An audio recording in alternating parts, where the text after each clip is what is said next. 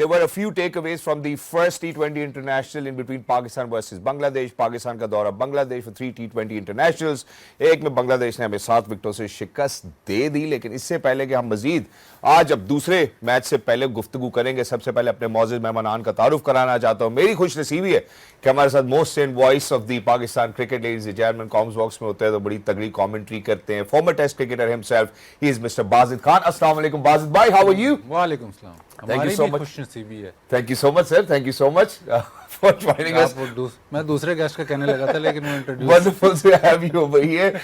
And alongside that, ladies and gentlemen, obviously हम दोनों की खुशनसीबी है that we get to actually share this space with one of those ladies, the only lady who has actually been inducted in the ICC Hall of Fame from Pakistan, ladies and gentlemen. Pakistan women's की skipper रही है for one day international, T20 internationals.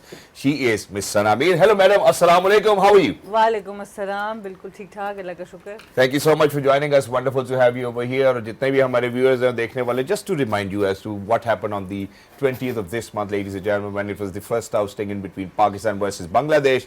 Obviously, Bangladesh winning the toss and opting to bowl first, where Fakhar with a wonderful 44 of 34. Other than that, was just Afridi and Khushdil with a slight partnership that we can see over there. Bangladesh bowlers, I think they were phenomenal. They knew their line, you know, and they knew their bite, and they were cutters. So it was Taskeen with 3 of 22, Mustafizu with 2 of 6. On the other hand, Iman, ladies and gentlemen, was wonderful and phenomenal. 56 not out of 39, Hirodoy and Jaker. And then obviously Salman Mirza, the debutant, 2 of 23. And Bangladesh winning by 7 wickets. Bazid bhai, disappointing result for Pakistan in the first T20. हाँ बिल्कुल, जैसे कि पहले भी बात हो रही थी कि बांग्लादेश में पिचेस डिफरेंट होंगी, और वही जैसे बांग्लादेश करता है मीरपुर में स्पेशली ऐसी पिच T20 इंटरनेशनल के लिए क्रिएट करता है जहाँ पे ज़्यादा रन्स ना हों, और वही हमें नज़र आया और उसमें वो कामयाब भी रहते हैं। तरीका भी उनका यही है, कोई भी बड़ी भी टीम आती है तो वो इस किस्म की पिच बनाती है, वही उनकी स्ट्रेंथ है। और उस पर आई थिंक पाकिस्तान को शायद अंदाज़ा तो होगा, लेकिन वो उस वक्त ड्यूरिंग द गेम वो उस पर एडजस्ट कर नहीं सके, तो बांग्लादेश वन अप, वो डिज़र्वेडली सो। और आप ये देखें कि जब बांग्लादेश पाकिस्तान में खेल रहा था तो वो उससे पहले सीरीज़ हारा था यूएई से 2-1, उसके बाद पाकिस्तान आया 3-0 हारा, फिर दोबारा अब शायद प्लेयर्स उनके वापस आ गए हैं और शायद कॉम्बिनेशन अब ज़रा सेटल, कैप्टन रन्स करने लग गया है तो कॉम्बिनेशन थोड़ा सेटल हो गया, तो अब वो एकदम मतलब विद इन कितने 2-3 महीनों में एक बिल्कुल चेंज साइड आपको नज़र आ रही है। एग्जैक्टली और बांग्लादेश ऑब्वियसली श्रीलंका को भी अभी डोमिनेट करके आए हैं। और अगर हम अपने पाकिस्तान और बांग्लादेश के रिकॉर्ड की बात करते हैं तो जहां पहले 19 और 3 था, और तीनों ज़ात वो जो है अब मेरे ख्याल ऑब्वियसली उस फिगर में भी चेंज आ गया। मेरे ख्याल 2016 में गालबन हम 2 जो है मैचेस हारे थे, और उसके बाद आई think it was in China जहाँ पे हम एक और मैच हारे थे, और अब ये चौथा मैच हो गया। While we are speaking of it, एक और बड़ी डिसअपॉइंटमेंट नजर आई, और ऑब्वियसली जब आपके कोच जो है वो इस तरह की स्टेटमेंट देते हैं जिसकी अभी क्या सराइयाँ भी हो रही हैं, उसके ऊपर लोग बहुत सारी बात भी कर रहे हैं। मतलब सबसे पहले उसको सुनना चाहता हूँ, फिर उसके ऊपर चाहता हूँ कि हमारे एक्सपर्ट्स जरूर कमेंट करें कि क्या किसी कोच का इस तरह की स्टेटमेंट देना पिच के रिगार्डिंग बनता है या नहीं। Look, we obviously got off to a little bit of a flyer, and that probably was more the fact Fakhar Zaman played 4 or 5 shots, and it probably gave a bit of a false indication as to how the surface was playing. And then, you know, we didn't help ourselves through the middle. You know, we chose some poor options. You know, when the ball started to nip through and bounce steeply, we probably didn't assess that it was a bit more challenging, and then took some high risk shots. And then a couple of run-outs through the middle, certainly with a set batter, didn't help. No, I think it's not helpful for anybody. I think if people are trying to prepare for the Asia Cup or a World Cup, that's not acceptable. That's no excuse for some of the decisions we made with the bat, but in international cricket, that pitch is not up to international standard for sure. तो ये बात तो जरूर कर रहे हैं कि यार ये कोई एक्सक्यूज नहीं है, लेकिन अगर हम एशिया कप और वर्ल्ड कप की तैयारी कर रहे हैं तो इस किस्म की पिचेस जो है वो एक्सेप्टेबल नहीं है। Sana, what do you make of it? देखिए, मेरे नज़दीक इस तरह का बयान कोच की तरफ से आना इतना कोई अप्रोप्रिएट नज़र नहीं आता। आप पिचेस की बात करते हैं, T20 क्रिकेट की बात करते हैं, तो दुबई में जब यूएई में हुआ था T20 world cup, average score क्या था आपका?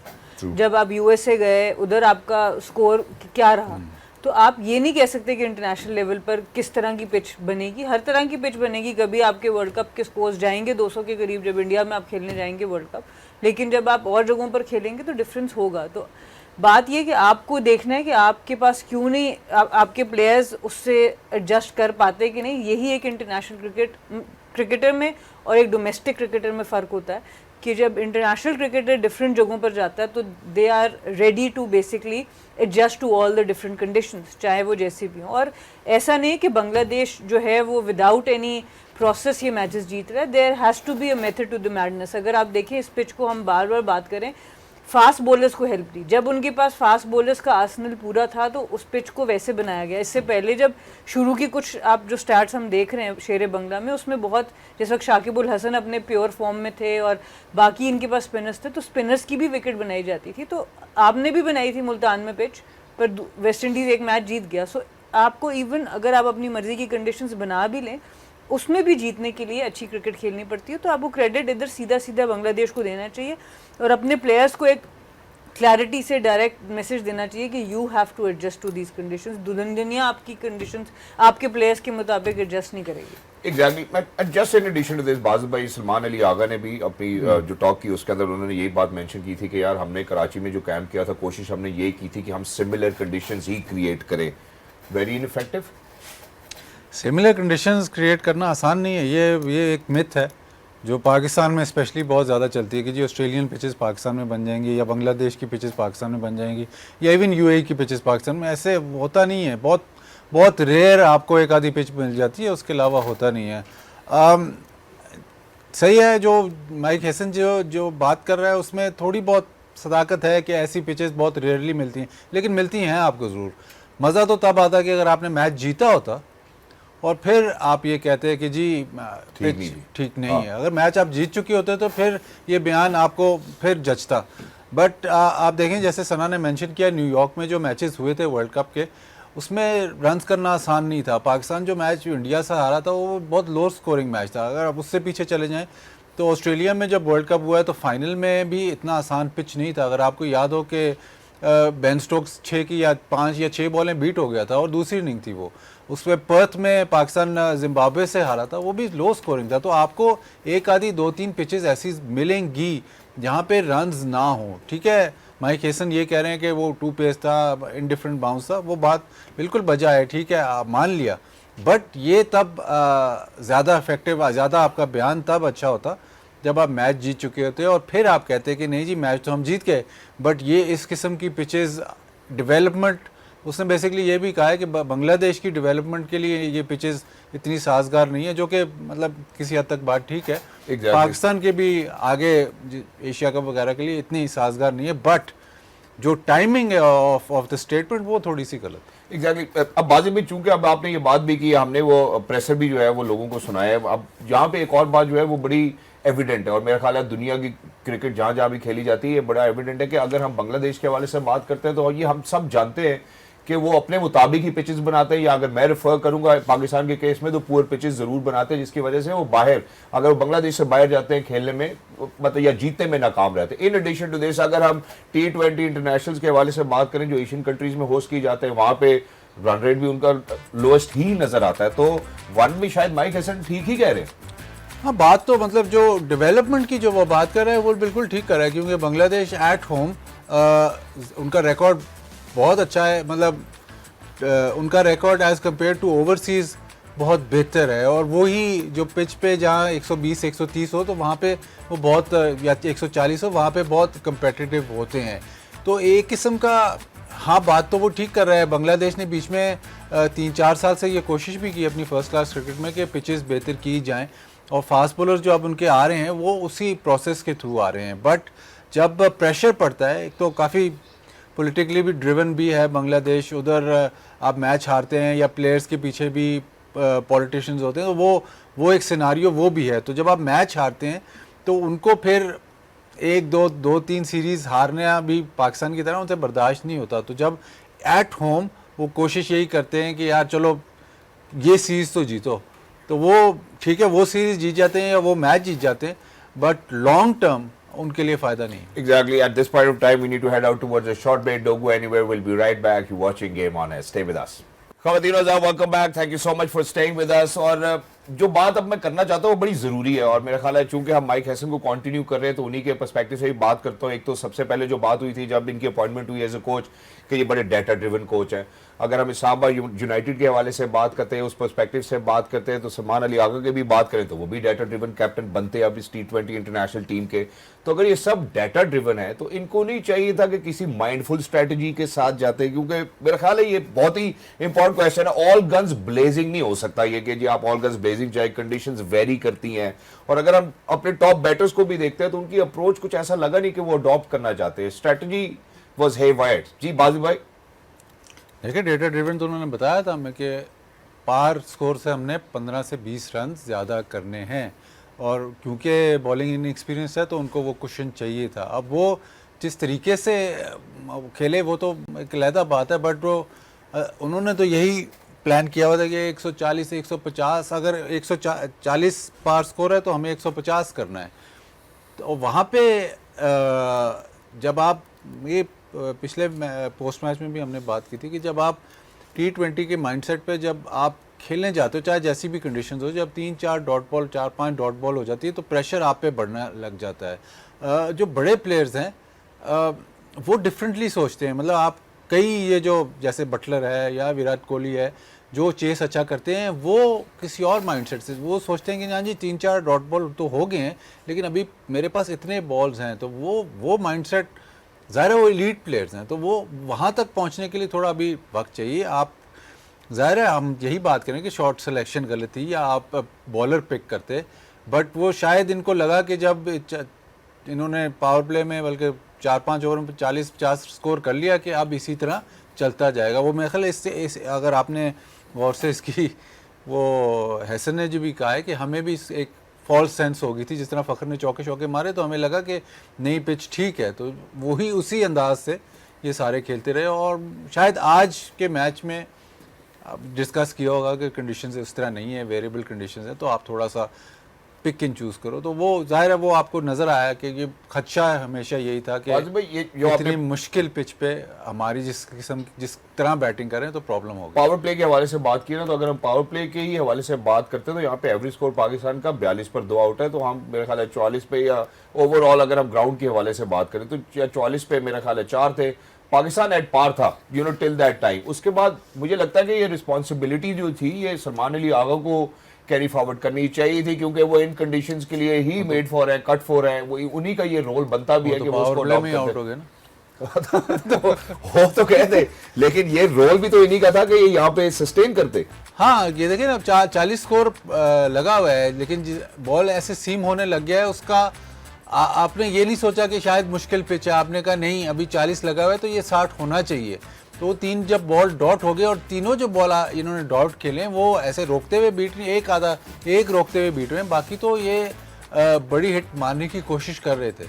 And this is very interesting because Pakistani batters shot stage at the crease. तो इसमें सलमान अली आगा के हवाले से देखते हैं तो 12 इनिंग्स में इनकी 18 जो है वो गेंदें इन्होंने फेस की और स्ट्राइक रेट का 116 रहा है। और बॉल्स पर डिसमिसल की बात करें उसके बाद हम नीचे चलते ही जाए, मेरे ख्याल 1 से लेकर 5वें नंबर तक की बात कर रहे हैं। तो अगर हम सिर्फ सलमान अली आगा के ऊपर फोकस करें तो I think it was on him. उनको ये ओनस लेना था that he stands there and he makes sure that that he stage and contributes towards where we were already at par, Sana. देखिए ऑब्वियसली एज ए कैप्टन आपके ऊपर ज़्यादा जिम्मेदारी ज़रूर होती है, और आपको जब एक अच्छा स्टार्ट मिल जाता है, हसन नवाज से ऊपर आने का मकसद ये था कि थोड़ी सी स्टेबिलिटी भी आए बैटिंग में, ना सिर्फ आप रन रेट को कैरी करें, क्योंकि जिस तरीके से इन्होंने खेला फिर हसन नवाज को भी आप भेज सकते थे, बट वो भी खैर जल्दी आउट हुए। बट जब आप आते हैं एज ए कैप्टन इस तरह की कंडीशन में तो स्ट्राइक रोटेशन, सॉफ्ट हैंड्स के साथ सिंगल, वो भी आपको इस पिच पे करना पड़ेगा। अगर आप सिर्फ और सिर्फ अपने आप को एक्सप्रेस करने जाएंगे थ्रू बाउंड्रीज तो इस पिच के ऊपर आपको मसला होगा with the kind of bowling जो बांग्लादेश की है। शुरू में भी मैं बात कर रही हूँ, इन कंडीशंस के हिसाब से बांग्लादेश की बॉलिंग बहुत बेहतर प्लेस्ड है हमारी बॉलिंग की निस्बत जो इस वक्त है।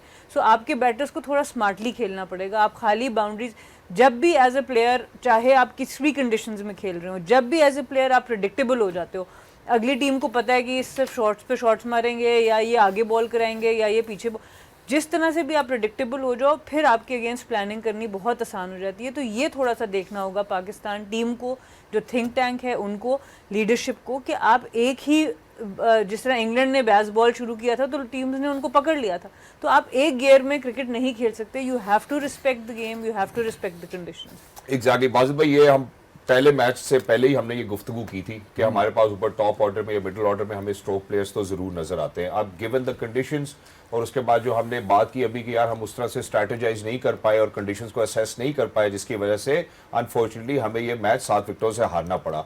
अब आपको नहीं लगता कि फॉर एशिया कप या अगर हम वर्ल्ड कप बात करें तो यहाँ बाबर आजम के हवाले से जरूर बात होनी चाहिए, जो टेक्निकली सॉलिड प्लेयर्स हैं, जो मेन स्टे प्लेयर्स हो सकते हैं, जो आपको कंट्रीब्यूट करके देंगे? नहीं। Okay, why? बता, बाबर मेरे हिसाब से बाबर टीम में वापस आएगा, स्पेशली जो वर्ल्ड कप्स होते हैं ना या मल्टीनेशनल जो जिस तरह कप्स होते हैं, उसमें आप देखेंगे कि एवरेज स्कोर जो है वो नीचे आता है। आया कि वो ज़ाहिर है हाई प्रेशर गेम्स होती हैं, प्लस द फैक्ट कि वो हाई वोल्टेज मैचेस होते हैं, उसमें आप वेरी रेयरली आपको 200 पे 200 नज़र आता है। 160, 150, 170, 80 पे बहुत मैचेस होते हैं जो बहुत क्लोज जाते हैं। इवन अगर आप जो one of the best matches recent times से पाकिस्तान इंडिया का जो हुआ, वो मेरे ख्याल 160 हुआ था वहाँ पे, जो इंडिया ने चेस किया था। तो इससे ज़्यादा रेयर होता है। तो जब ऐसे ही एशिया कप और जो वर्ल्ड कप है वो भी एशियन कंडीशंस में है, तो आपको एक तो प्रेशर सस्टेन करने वाला बैटर चाहिए at the top of the order, plus ऐसा बैटर चाहिए जो मतलब विदाउट टेकिंग हाई रिस्क वो आपको चला सके बीच में। तो वो एशियन कंडीशंस में अभी भी आप एक आधा एंकर अभी भी आप कर सकते हैं अफोर्ड, जहाँ पे 160 170 विनिंग स्कोर है। तो बाबर का अभी मेरे हिसाब से बंद नहीं हुआ दरवाज़ा, स्पेशली जब वर्ल्ड कप आएगा ना, और जब ये बड़ा इवन एशिया कप जब बड़ा टूर्नामेंट है, उसमें तो वेरी रेयरली आपको नज़र आ रहा है कि जो दोनों टीमों ने 200 पे 200 लगा दिया। तो बाबर का उधर होना मतलब उन कंडीशंस में बनता है। प्लस बाबर की तो हम बात कर रहे हैं, जो एक प्लेयर जो बाहर बैठा हुआ है साहिबजादा फरहान, वो भी मेरे हिसाब से तो वो भी होना चाहिए था। साइम अयूब वनडे में तो बहुत आउटस्टैंडिंग प्लेयर है, लेकिन अभी तक T20 क्रिकेट में वो अपनी जगह बना नहीं सका। आप ये नहीं कह सकते T20 में ऑटोमेटिक चॉइस है। आप उसको बॉलिंग की एज दे के खिलाएंगे तो आपके पास तो भरे पड़े हैं ऑलराउंडर। तो साहिबजादा फरहान ने इधर जो बांग्लादेश के खिलाफ उसने अपना टॉप स्कोर किया 74, अब वहाँ पे उसको नहीं खिलाया गया। और वो ऐसा प्लेयर है, क्योंकि वो बहुत फॉर्म ऑफ हिज लाइफ में है, बहुत आला प्लेयर है, लेकिन वो ऐसा प्लेयर है जो अपने आप को मुश्किल, पाकिस्तान में भी जो डोमेस्टिक में खेला है तो वो सारी सीधी पिचेस नहीं थी, थोड़ा सा मुश्किल वक्त वो निकाल सकता है। तो शायद उसका भी ऑप्शन आपके, स्पेशली जहाँ पे 130 140 या 150 रन हैं, वहाँ साहिबजादा फरहान का भी ऑप्शन ओपन है। और ओपनिंग हम कहते हैं कि फ़खर और साइम फ़खर ठीक है, मान लिया ऑटोमेटिक हो सकता है, लेकिन साइम अभी T20 क्रिकेट में, मैं फॉर्मेट्स मिक्स ना करें, T20 क्रिकेट में अभी ऑटोमेटिक चॉइस नहीं बनता पाकिस्तान टीम। एग्जैक्टली मैं इस बात के ऊपर जो है वो सना की भी टेक लेना चाहता हूँ, लेकिन obviously toss is just ahead as well, so we just around the corner. हम एक छोटे से वक्फे की जानिब बढ़ना चाहते हैं, वापस आएंगे तो सना के साथ गुफ्तगू को जो है वो मजीद बढ़ाएंगे आगे। Stay with us, don't go anywhere, keep on watching PTV sports Tapmad. तस्करा किया था, मैं मैडम सरा से जो है वो पूछना चाहता हूं, जहां पे हमने बाबर आजम के हवाले से बात की कि एक सॉलिड टेक्निक वाला batter is essential for Pakistan for main stage. Ji Sana.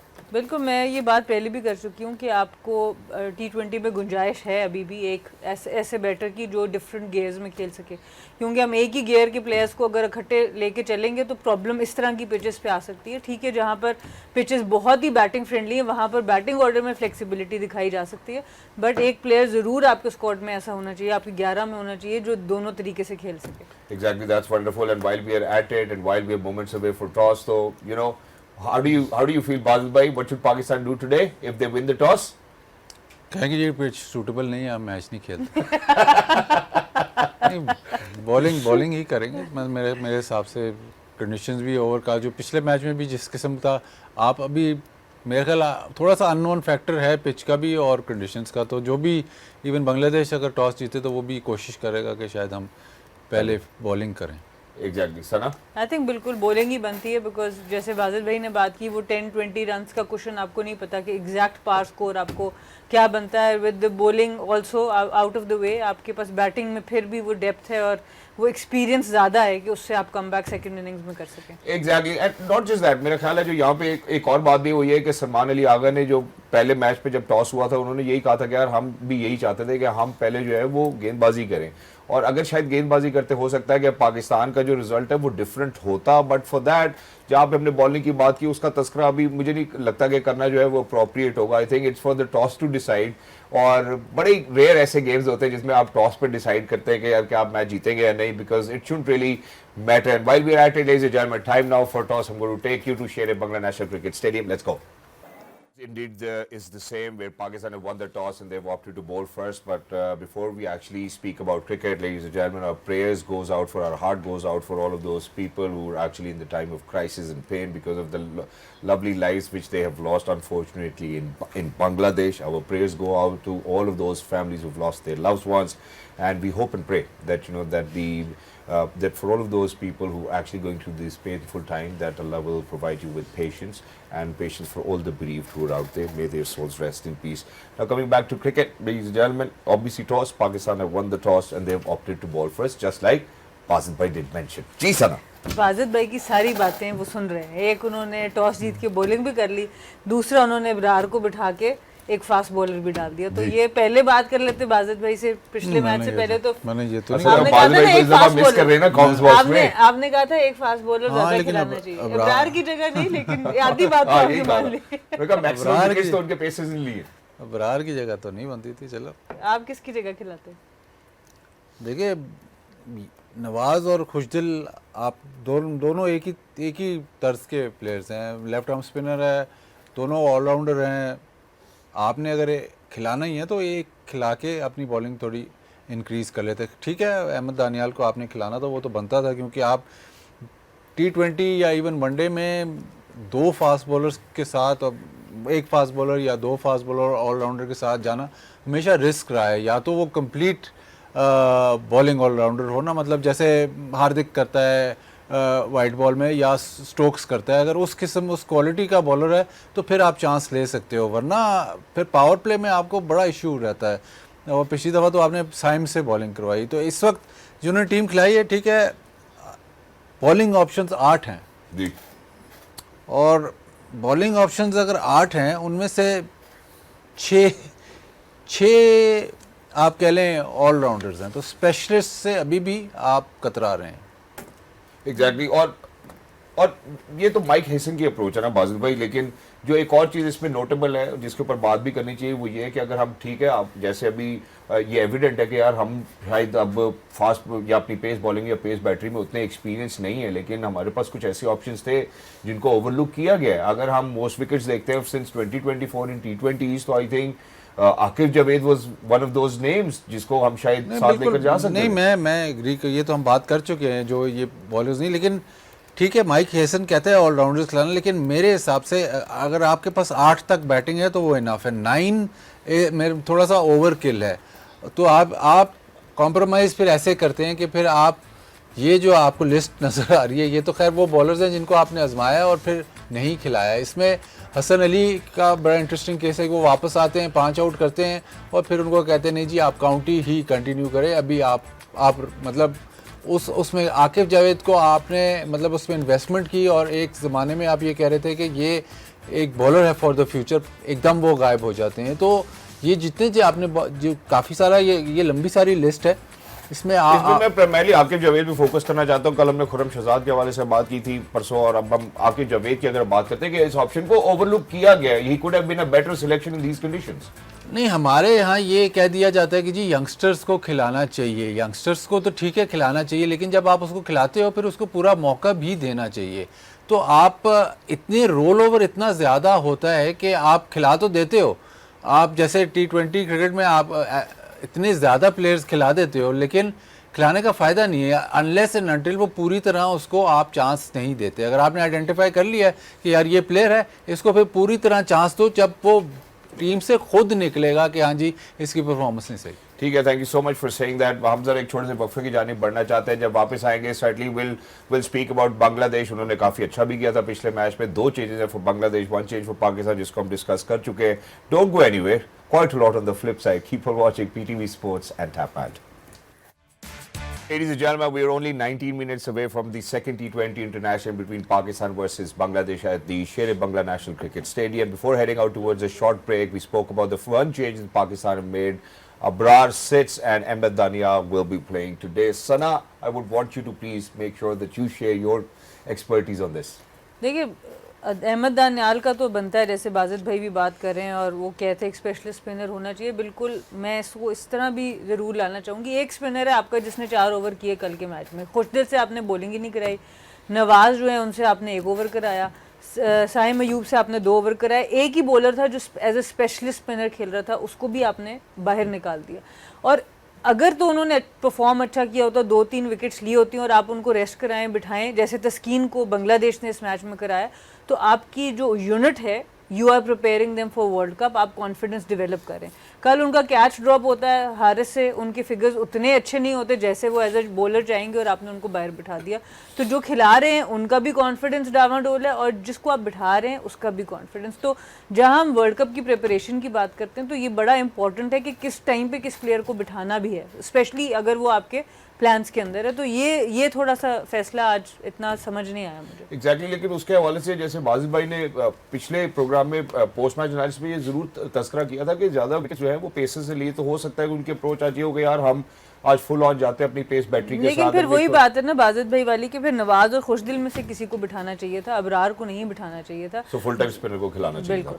So I think rather than taking chances. चले जी, ये तो हमने पाकिस्तान के पर्सपेक्टिव से बात कर ली। पाकिस्तान चूंकि अब टॉस जीत गया तो हो सकता है कि खातिर खार रिजल्ट शायद आज पाकिस्तान के लिए हो। अब जरा बांग्लादेश के पर्सपेक्टिव के हवाले से बात करते हैं। एक तो 2 चेंजेस उन्होंने किए, नाइम आते हैं और थोड़ा सा ज़रा चैलेंजिंग होता है याद रखना जब कप्तान बोल रहे होते हैं। तो उन 2 चेंजेस के हवाले से पहले मैं बात कर लेता हूँ। बाजिद भाई, how do you see those 2 changes that Bangladesh have made? देखिए, एक तो तस्किन की जगह शरफुल आए। शरफुल बड़ा स्किलफुल बॉलर है, लेफ्ट आर्मर है, उसका बॉल स्विंग भी होता है, तो वो ज़ाहिर है उनके पास अभी डेप्थ है इन फास्ट बॉलिंग, उसको तो तस्किन को खिलाया उन्होंने। और आप ये भी देखें कि जब हम मैच देख रहे हैं ना तो वो पसीना बहुत आ रहा है क्योंकि मौसम इतना कोई अच्छा नहीं है, ह्यूमिडिटी बहुत है, तो आपको वो भी ख्याल करना है। एक दिन के बाद मैच है तो आपने तस्किन स्पेशली जब वो थोड़ा इंजरी प्रोन भी है तो उसको आप अपने ख्याल से खिलाना है, तो शायद वो भी एक वजह हो सकती है। प्लस शायद नईम जो है ये स्पिनर हैं शायद, मुझे लगता है, तो वो उन्होंने अपना आज पता नहीं लिटन शायद हमें थोड़ा कंफ्यूज कर रहा था कि पिच बेहतर लगी। अब वो तो जब मैच शुरू होगा तो पता चलेगा कि पिच कितनी बेहतर है। तो शायद आज के मैच में उनको ये लगेगा कि उनको शायद लग रहा है कि शायद थोड़ा सा स्पिन ऑप्शन भी इंक्रीज़ करना चाहिए क्योंकि इस शायद उतना मॉइस्चर ना हो जितना पिछले मैच। हमें नहीं पता, हम तो इधर बैठे, बट ये तो वक्त ही बताएगा। बट जो तस्किन का तो वो बिल्कुल आपको समझ आती है कि क्यों उसको नहीं खिलाया गया। ठीक है, और जहाँ पे आपने तस्कीन का तस्करा किया कि वो थोड़े से इंजरी प्रोन भी है एंड यू नो उनकी अप्रोच भी है, वहाँ पे मैं मुस्तफ़ीज़ को ज़रूर इस कॉन्वर्सेशन में लेकर आना चाहूँगा। उनका स्पेल सना जितना इकोनॉमिकल रहा और जितने वो हमेशा उनके गो टू मैन ही रहते हैं और उनके जो फिगर्स हैं वो यही बताते हैं कि I think that the one gentleman that they could always rely on is Mustafiz. बिल्कुल, और सबसे ज़बरदस्त मुस्तफ़ीज़ की बात रही है ना, ये बड़े मैच में और बड़ी टीम्स के अगेंस्ट परफॉर्म करने को बड़ा इनको ये एंजॉय करते हैं। और जो स्किल जिसकी आप बात कर रहे हैं, बहुत ही आउटस्टैंडिंग स्किल, जो रोल ऑफ द रिस्ट है, जो स्लोअर वंस हैं और कहाँ से करना है। आप देखिए बैटर्स मूव भी कर रहे थे क्रीज पे अपने लिए एरिया बनाने के लिए, पर वो बॉल और दूर करते हैं। देखें 2 से 3 बॉल जैसे हैं कि मज़ीद उनकी रेंज से वो बाहर लेके चले जाते हैं। तो ये भी आप देखें, बिल्कुल मोस्ट इकोनॉमिकल स्पेल। खाली इसमें ना देखें आप रिशद हुसैन का देखें, यूएसए है, फिर नेपाल का भी है। मुस्तफ़ीज़ को आप देखें तो ऑस्ट्रेलिया के अगेंस्ट भी इनका स्पेल जो सबसे लास्ट है 9 रन दिए हुए हैं सिर्फ, ऊपर भी इनकी इस तरह की परफॉर्मेंस। तो ऑस्ट्रेलिया के अगेंस्ट 9 रन दे के 2 आउट 2021 में भी, तो ये एंजॉय करते हैं बड़े चैलेंज को। और यही बड़ा प्लेयर और बड़े बॉलर की निशानी होती है कि जिस तरह कंपटीशन बेहतर होता है उतना ही उसको मज़ा आता है परफॉर्म करने में और उसी तरह उसकी परफॉर्मेंस सामने आनी शुरू रहती है। तो बहुत स्किलफुल है और बहुत मुश्किल है डेफिनेटली पाकिस्तान को, सबसे स्पेशली जो 4 ओवर पाकिस्तान इनके कैसे खेलेगा वो बहुत मैच डिफाइन